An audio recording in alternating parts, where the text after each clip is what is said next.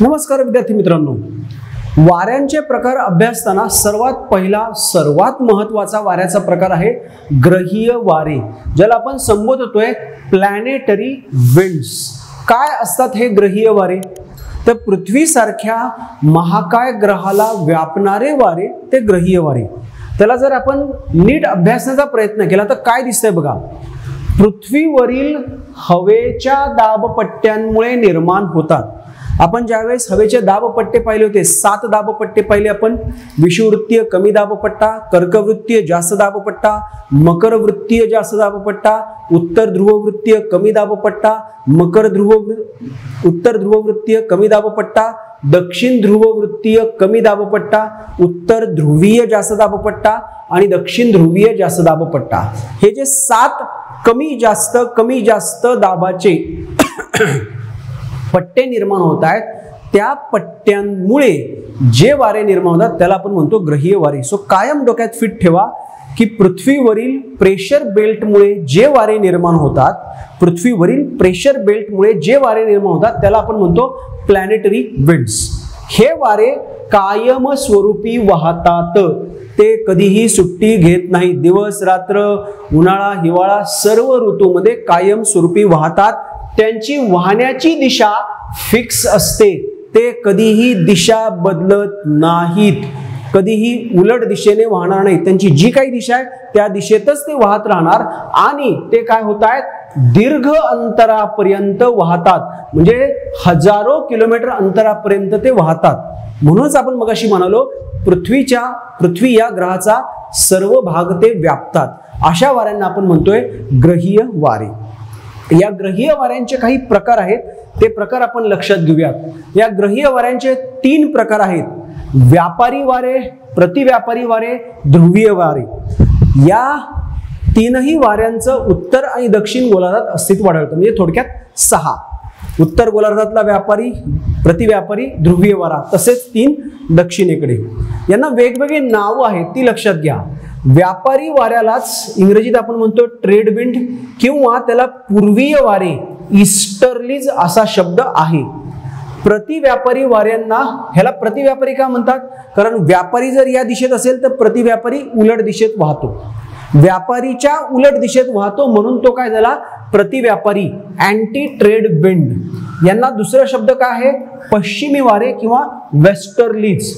त्यानंतर तिसरा बघा, ध्रुवीय वारे किंवा त्याला आपण म्हणतोय पोलार विंड्स। त्यालाच अजून दुसरा शब्द आहे ध्रुवीय पूर्वीय वारे, पोलार ईस्टर्लीज।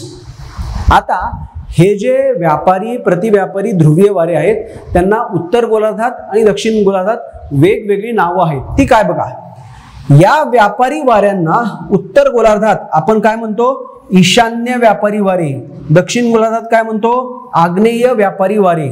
प्रतिव्यापारी वाऱ्यांना काय शब्द आहे, उत्तर गोलार्धात नैऋत्य प्रतिव्यापारी वारे आणि दक्षिण गोलार्धात वायव्य प्रतिव्यापारी वारे।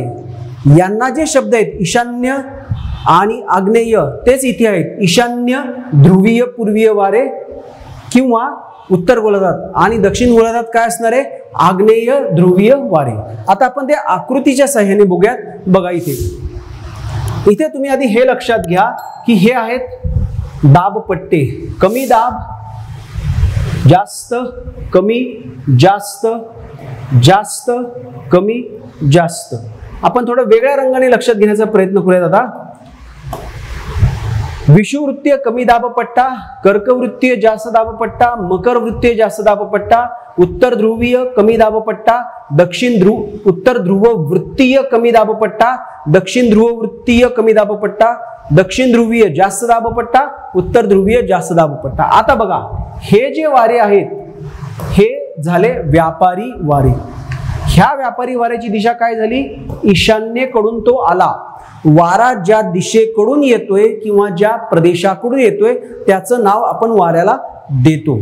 हा आला ईशान्येकडून प्रतिव्यापारी वारा, हा आला आग्नेयेकडूनचा हा आला ईशान्येकडूनचा व्यापारी वारा, हा आला आग्नेयेकडूनचा व्यापारी वारा।